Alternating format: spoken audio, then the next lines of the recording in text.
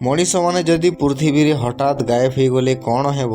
ଧୀରେ ଧୀରେ ନାହିଁ, ଗୋଟିଏ ସେକେଣ୍ଡରେ। ଆରମ୍ଭରେ ଯେମିତି ଥିଲା ସେମିତି ହିଁ ଚାଲୁଥିବ, କିନ୍ତୁ ମେସିନ୍, ସିଷ୍ଟମ, ବିଜୁଳି ସେମାନଙ୍କୁ ଚଲାଇବା ପାଇଁ କେହି ନଥିବେ। ଟ୍ରାଫିକ୍ ସିଗ୍ନାଲ ଅଟକିଥିବ, ଉଡ଼ାଜାହାଜର ଇନ୍ଧନ ସରିବା ଯୋଗୁଁ ତଳେ ପଡ଼ିଯିବ, ପାୱାର ଷ୍ଟେସନ ଗୋଟିଏ ଗୋଟିଏ କରି ବନ୍ଦ ହେବ। କିଛି ଦିନ ପରେ ଆମ୍ଭେ ଛାଡ଼ିଥିବା ଜିନିଷରୁ ଖତରା ଆସିବ।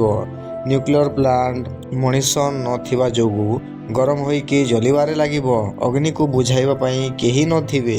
ଘରପାଳିତ ପଶୁମାନେ ତାଙ୍କର ମାଲିକମାନଙ୍କୁ ଅପେକ୍ଷା କରି ସେଠାରେ ହିଁ ସବୁଦିନ ପାଇଁ ରହିଯିବେ। କିଛି ସପ୍ତାହ ପରେ ପ୍ରକୃତି ଆଉ ଥରେ ଆସିବ। ଖାଲି ବିଲ୍ଡିଂରେ ପକ୍ଷୀମାନେ ନିଜ ଘର ତିଆରି କରିବେ। ନଦୀ ସଫା ଦିଶିବ ଏବଂ ଆକାଶ ସଫା ଦିଶିବ। କିଛି ବର୍ଷ ପରେ କଂକ୍ରିଟ ଭାଙ୍ଗିବାରେ ଲାଗିବ, ବ୍ରିଜ ମଧ୍ୟ ଭାଙ୍ଗିବାରେ ଲାଗିବ, ସହର ଭିତରେ ଜଙ୍ଗଲ ହୋଇଯିବ, ଦର୍ଶକରେ ସମୃଦ୍ଧ ସମ୍ଭାଳିବାରେ ଲାଗିବ, ମାଛମାନେ ଆଉ ଥରେ ଫେରିବେ, କୋରଲ ଲିପ୍ସ ଶ୍ୱାସ ନେବାରେ ଲାଗିବ।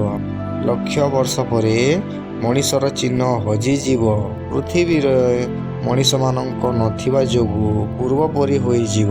ଆମେମାନେ ଗ୍ରହକୁ ଭାଙ୍ଗି ନାହିଁ, ଆମେ କେବଳ ଆମ ସ୍ଥାନ ନିଜେ ଖରାପ କରିଅଛୁ।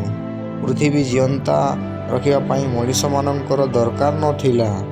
ନାହିଁ, ପୃଥିବୀ ଆପେ ଆପେ ହିଁ ଜୀବିତ ଥିଲା।